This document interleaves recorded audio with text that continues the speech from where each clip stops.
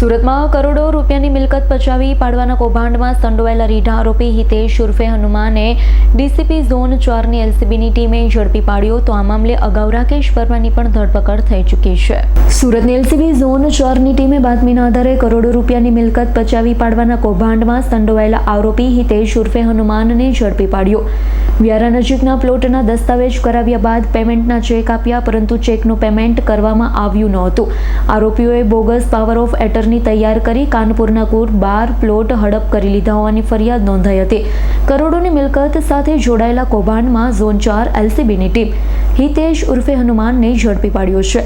અગાઉ આ કેસમાં રાકેશ વર્માની પણ ધરપકડ કરવામાં આવી હતી। સમગ્ર મામલે પોલીસે વધુ તપાસ હાથ ધરી છે। Bureau report S9 news Surat. અમારી તમામ માહિતીથી અપડેટ રહેવા માટે જોડાયેલા રહો S9 ન્યૂઝ સાથે।